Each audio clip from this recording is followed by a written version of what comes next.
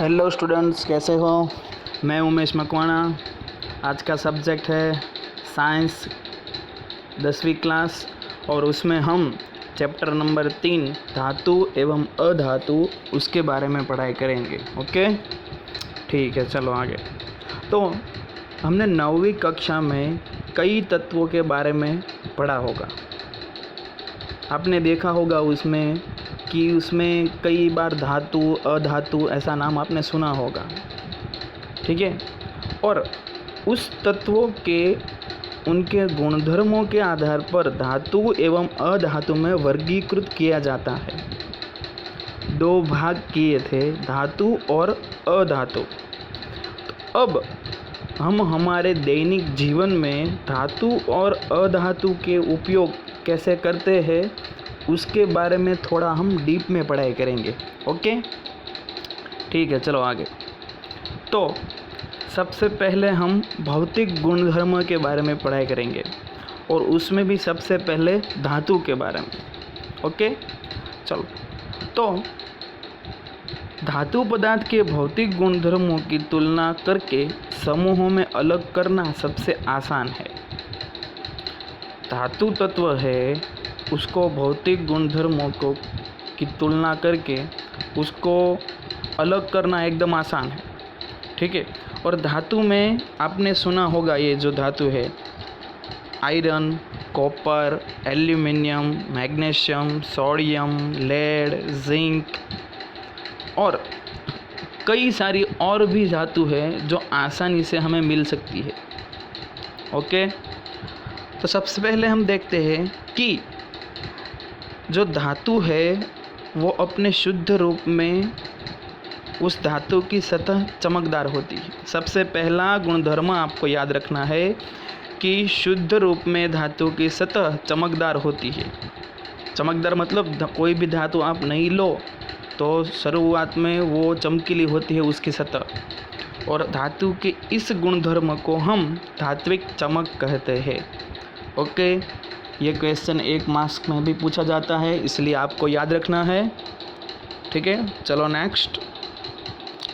दूसरा कि धातुएं सामान्यतः कठोर होती है और प्रत्येक धातु की कठोरता अलग अलग होती है। कठोर मतलब क्या कि भाई वो धातु है कि वो एकदम आसानी से कोई भी दूसरी धातु के साथ प्रक्रिया कर सकती है। ओके, कठोर मतलब थोड़ा सा करो आप प्रहार, उसके ऊपर टूट सकती है, और ज़्यादा और करोगे तो वापस उसका बारीक भुक्का जैसा भी हो सकता है। थोड़े से दबाव से उसको कुछ होगा भी नहीं। फॉर एग्ज़ाम्पल आप ले लो कि भाई आयरन है, तो अब उसके ऊपर आप कितना भी दबाव डालो तो वो तो टूटेगी ही नहीं। कोई ऐसी अपवाद रूप ही धातु होगी जो कठोर ना हो। कठोर मतलब सख्त। ओके, तो दूसरा। नेक्स्ट, तीसरा, कुछ धातुओं को पीटकर पतली चद्दर बनाया जा सकता है और इस गुणधर्म को हम आघातवध्यता कहते हैं। कुछ धातु है उसमें से हम पतली चादर बना सकते हैं, तो ये पतली चादर बनाने का जो गुणधर्म है उसे हम कहेंगे आघातवर्ध्यता। ओके, और आपको ये याद रखना है कि सोना और चांदी सबसे अधिक आघातवर्ध्यता धातु है। गहने पहनते हो ना आप, सोना और चांदी का पहनते हो ना, हाँ, तो उसमें आपने देखा होगा कई सारे गहने अलग अलग प्रकार के बनाए जाते हैं। इसलिए आपको ये याद रखना है कि सोना और चांदी सबसे अधिक आघातवर्ध्य धातु है। ओके, आगे कि धातु के पतले तार के रूप में खींचने की क्षमता को तन्यता कहा जाता है। अब धातु में से पतले तार आप बनाओ और तार के रूप में आप उसको खींच भी सकते हो, तो ऐसे गुणधर्म को हम तन्यता कहेंगे। ओके, और याद रखना है मोस्ट टाइम भी सोना सबसे अधिक तन्य धातु है। क्यों? क्योंकि 1 ग्राम सोने में से 2 किलोमीटर लंबा तार बनाया जा सकता है। वापस बोल रहा हूँ, याद रखना, सोना है सबसे अधिक तन्य धातु है। क्यों? क्योंकि आप 1 ग्राम भी सोना लोगे ना, तो 1 ग्राम सोने में से आप 2 किलोमीटर लंबा तार बना सकते हो। ओके, चलो आगे। और आघातवर्ध्यता तथा तन्यता के कारण धातुओं को हमारी आवश्यकता के अनुसार विभिन्न आकार दिए जा सकते हैं। अभी हमने बताया कि भाई सोने और चांदी के गहने, उसमें भी आप देख सकते हो कई आकार बना सकते हैं। ओके, और ऐसी भी कई धातु है जिसका उपयोग खाना पकाने के बर्तन बनाने के लिए होता है। ये तो आपको पता है कि भाई फॉर एग्जांपल स्टेनलेस स्टील। अब स्टेनलेस स्टील धातु नहीं है, मिश्र धातु है। लोखंड, क्रोमियम और निकल, ये 3 धातु को मिक्स करके स्टेनलेस स्टील बनाया जाता है। ये आपको याद रखना है, ठीक है। तो ये स्टेनलेस स्टील के ही हमारे जो बर्तन है वो होते हैं। और ये जो धातु है उसका उपयोग बर्तन बनाने में क्यों किया जाता है, इसके बारे में हम इस चैप्टर में ही पढ़ाई करेंगे, ठीक है। आगे ये क्रियाकलाप यहाँ पे दिया है कि भाई धातु ऊष्मा के सुचालक होते हैं। धातु ऊष्मा के सुचालक। अब सुचालक मतलब क्या? इसका मतलब ये है कि भाई धातु में से आप ऊष्मा मतलब टेम्परेचर पास करना चाहो तो आसानी से वो पास हो सकता है। सुचालक मतलब उसमें आसानी से जो टेम्परेचर ऊष्मा है वो सरलता से बह रही है। और इनका गलन आंक बहुत अधिक होता है। याद रखना, धातु है एक तो ऊष्मा के सुचालक है और इनका गलन आंक भी बहुत अधिक होता है। गलन आंक मतलब पता है ना आपको? गलन बिंदु। गलन बिंदु मतलब जो ठोस अवस्था है उसमें से द्रव अवस्था बनाने के लिए जो टेम्परेचर दिया जाता है उसे गलन बिंदु कहा जाता है। और जिस टेम्परेचर पे ठोस में से द्रव बना, जिस टेम्परेचर से ठोस अवस्था में से द्रव अवस्था में बना, उस टेम्परेचर को गलनांक कहा जाता है। समझ में आ रहा है? चलो आगे। और इसमें भी आईएमपी है, याद रखना कि सिल्वर तथा कॉपर ऊष्मा के सबसे अच्छे चालक है। मतलब सिल्वर और कॉपर ये दोनों में से सबसे अधिक मात्रा में ऊष्मा पास हो सकती है, इसलिए उसको सबसे अच्छा चालक कहा है। और इनकी तुलना में लेड तथा मरकरी ऊष्मा के कुचालक है। इनकी तुलना मतलब सिल्वर और कॉपर की तुलना में लेड पीबी और मरकरी मतलब पता ही है आपको, पारा जो थर्मोमीटर में यूज़ किया जाता है वो ऊष्मा के कुचालक है। याद रखना, आपको अगर 1 मार्क्स में क्वेश्चन पूछा जाए कि भाई सबसे अच्छे ऊष्मा के चालक तो सिल्वर और कॉपर, और उसकी तुलना में कुचालक तो लेड और आएगा मरकरी। समझ में आ रहा है सबको? और उसके पहले भी एक क्वेश्चन आया था, क्या आया था? तन्यता के बारे में। सबसे अधिक तन्य धातु कौन? सोना। क्यों? क्योंकि उस 1 ग्राम सोने में से 2 किलोमीटर लंबा तार बनाया जा सकता है, इसलिए। ओके, चलो आगे। अब आपने ये देखा होगा, ये देखो ऊपर आपको बैटरी दिख रही है और नीचे लिखा है कि भाई धातुएं विद्युत की सुचालक होती है। जैसे अभी ऊष्मा की सुचालक होती है, ठीक वैसे ही विद्युत की भी सुचालक होती है। इसका मतलब कि भाई धातु में से आसानी से विद्युत पास हो सकता है।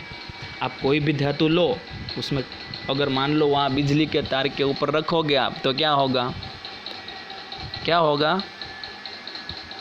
ट्राई मत करना। क्या होगा? चिपक जाओगे ना, करंट लगता है ना। इसका मतलब ये है कि धातु है वो विद्युत की क्या है? सुचालक है। और हमें पता है कि भाई जिस तार से हमारे घर तक बिजली पहुंचती है उस पर पॉलीविनाइल क्लोराइड, याद रखना शॉर्ट फॉर्म पीवीसी, पीवीसी का पाइप आपने सुना होगा, उसका फुल फॉर्म है पॉलीविनाइल क्लोराइड, या तो रबर जैसी सामग्री की परत चढ़ी होती है। ओके,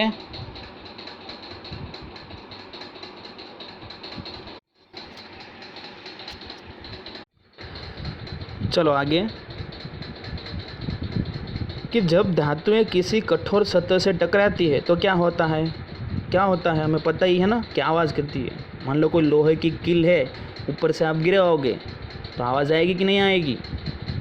इसका मतलब जो धातुएं कठोर सतह से टकराने पर आवाज़ उत्पन्न करती है उन्हें ध्वनिक या तो सोनोरस, याद रखना दोनों का नाम एक ही है, ध्वनिक या तो सोनोरस कहते हैं। और हमें पता है कि भाई स्कूल में जब घंटी बजती है तो बजती है कि नहीं, आवाज़ भी आती है, आवाज़ आती है, इसका मतलब वो जो घंटी है वो धातु की बनी होती है। समझ में आ रहा है? तो याद रखना, यहाँ तक हो गए धातु के भौतिक गुणधर्म। समझ में आया? चलो अब नेक्स्ट, अब हम पढ़ेंगे अधातु के बारे में। ठीक है, तो आपने 9वीं कक्षा में ये ज़रूर सुना होगा कि धातु की अपेक्षा अधातु की जो संख्या है वो बहुत कम है। जैसे कि carbon, sulphur, iodine, oxygen, hydrogen, ये जो सभी है वो अधातु है। उसमें कुछ है वो द्रव अवस्था में है, कुछ गैस अवस्था में है। और धातुएं, आपने एक नोटिस की होगी बात कि धातु है, जो भी धातु है वो सामान्यतः ठोस अवस्था में होती है। हाँ, कुछ है अपवाद, उसके बारे में भी हम पढ़ाई करेंगे। और अधातु है सामान्यतः द्रव अवस्था और गैस अवस्था में ही आपको मिलेगी। ओके, तो अब हम अधातु के बारे में थोड़ा बहुत पढ़ाई करेंगे। और उसमें सबसे पहले कि भाई भौतिक गुणधर्मों के आधार पर हम तत्वों का वर्गीकरण नहीं कर सकते। क्यों? क्योंकि इसमें कई अपवाद है। ठीक है, कि भाई भौतिक गुणधर्म है, 2 गुणधर्म आते हैं, एक तो भौतिक गुणधर्म और रासायनिक गुणधर्म। अब मान लो अब हमें भौतिक गुणधर्मों के आधार पर ही आपको धातु और अधातु को अलग करना है तो आप नहीं कर सकते। क्यों? क्योंकि उसमें अपवाद है। ठीक है, अधातु के भौतिक गुणधर्म में हमने पढ़ा अभी, देखो धातु है उसकी सतह कैसी होगी, चमकीली, अधातु की तो होगी नहीं। धातु है वो ठोस अवस्था में होती है, अधातु है द्रव और गैस अवस्था में होती है। ठीक है, धातु है ऊष्मा की सुचालक, विद्युत की सुचालक होती है, अधातु है ऊष्मा की सुचालक होती नहीं है। तो हम भौतिक गुणधर्म के आधार पे ही अगर धातु और अधातु को अलग करना चाहे तो हम कर सकते नहीं। क्यों? क्योंकि उसमें अपवाद है। अब अपवाद क्या है वो हम पढ़ेंगे। तो सबसे पहले मरकरी को छोड़कर सारी धातुएं कमरे के ताप पर ठोस अवस्था में पाई जाती है। अभी जस्ट मैंने आपको कहा सामान्यतः सभी धातु है वो ठोस अवस्था में है, सिर्फ मरकरी को छोड़कर, क्योंकि वो मरकरी एक ऐसी अपवाद धातु है जो द्रव अवस्था में है। धातुओं का हमने कहा कि भाई गलनांक अधिक होता है, लेकिन गैलियम और सीजियम का गलनांक बहुत कम है। अभी हमने जस्ट कहा था ना कि धातुओं का गलनांक सबसे ज़्यादा होता है, लेकिन याद रखना गैलियम और सीजियम ऐसी 2 धातु है जिसका गलनांक बहुत कम है। ये अपवाद आपको याद रखना है। और ये 2 धातु अगर आप अपनी हथेली पर रखोगे तो ये पिघलने लगेगी। सोचो कितना गलनांक कम होगा। याद रखना है, 1 मार्क्स में आपको पूछा जाता है कि ऐसी कौन सी अपवाद रूप धातु है जो आप हथेली पर रखोगे तो भी वो पिघलने लगेगी। तो आपका आंसर आएगा गैलियम और सीजियम। ओके, चलो दूसरा अपवाद कि आयोडीन अधातु होते हुए भी चमकीला है। अभी हमने कहा अधातु के भौतिक गुणधर्म कि भाई अधातु है वो चमकीली नहीं होती, लेकिन यहाँ पे देखो आयोडीन अधातु है फिर भी वो चमकीला है। ये दूसरा अपवाद। तीसरा, कार्बन ऐसी अधातु है जो विभिन्न रूपों में विद्यमान रहती है। विभिन्न रूपों मतलब उसमें से कई सारी और चीज़ बनना, और वो प्रत्येक रूप को हम कहते हैं अपर रूप। उसमें हीरा कार्बन का एक अपर रूप है, याद रखना। हीरा गहने में आते हैं ना, हीरे जड़ने वाले, वो तो याद रखना कार्बन का एक अपर रूप है हीरा। और यह सबसे कठोर प्राकृतिक पदार्थ है। याद रखना मोस्ट IMP 1 मार्क्स में पूछा जाता है कि प्राकृतिक ऐसा कौन सा पदार्थ है जो सबसे कठोर, प्राकृतिक मतलब प्रकृति का बना हुआ, तो वो कौन सा होगा? हीरा। और एवं इसका गलनांक तथा क्वथनांक बहुत अधिक होता है। गलनांक के बारे में तो हमने पढ़ा कि भाई ठोस में से द्रव अवस्था में बनना। क्वथनांक मतलब द्रव अवस्था में से गैस अवस्था में जिस टेम्परेचर पे बन रहा है वो हो गया वो क्वथनांक। और कार्बन का एक अन्य अपर रूप ग्रेफाइट, वो विद्युत का सुचालक। दो है अपर रूप कार्बन का, हीरा और ग्रेफाइट। ग्रेफाइट है वो विद्युत का क्या है? सुचालक, मतलब उसमें से विद्युत आसानी से पास हो सकती है। तो ये हो गया तीसरा अपवाद। चौथा कि क्षारीय धातु, देखो लिथियम, सोडियम, पोटेशियम, ये याद रखना तीनों, लिथियम, सोडियम, पोटेशियम, ये इतनी मुलायम होती है कि उनको चाकू से भी काटा जा सकता है। इसके घनत्व तथा गलनांक कम होते हैं। याद रखना, आपको पूछा जाए कि भाई चाकू से काट सकते हैं ऐसी कौन सी धातु है, तो लिथियम, सोडियम और पोटेशियम। ओके, ये आपको याद रखना है। तो ये हो गए 4 अपवाद। और आगे कि अधिकांश अधातुएं ऑक्साइड प्रदान करते हैं जो जल में घुलकर अम्ल बनाते हैं। अब यहाँ पे नया शब्द आया, अधातुएं ऑक्साइड। अधातु की ऑक्सीजन के साथ अभिक्रिया करोगे आप तो अधातु के ऑक्साइड आपको मिलेंगे। और ऐसे अधातु के ऑक्साइड जल मतलब पानी में घुलकर क्या बनाते हैं? अम्ल, ये याद रखना। और वही अधिकतर धातुएं क्षारीय ऑक्साइड प्रदान करते हैं। और अगले भाग में आपको धातुओं के ऑक्साइड के बारे में अधिक जानकारी प्राप्त होगी। मतलब अभी तक तो हमने सिर्फ भौतिक गुणधर्म और वो भी धातु और अधातु के बारे में पढ़ाई की और उसके अपवाद के बारे में पढ़ाई की। ठीक है, अब हम जो रासायनिक गुणधर्म पढ़ेंगे वो अब पढ़ेंगे हम।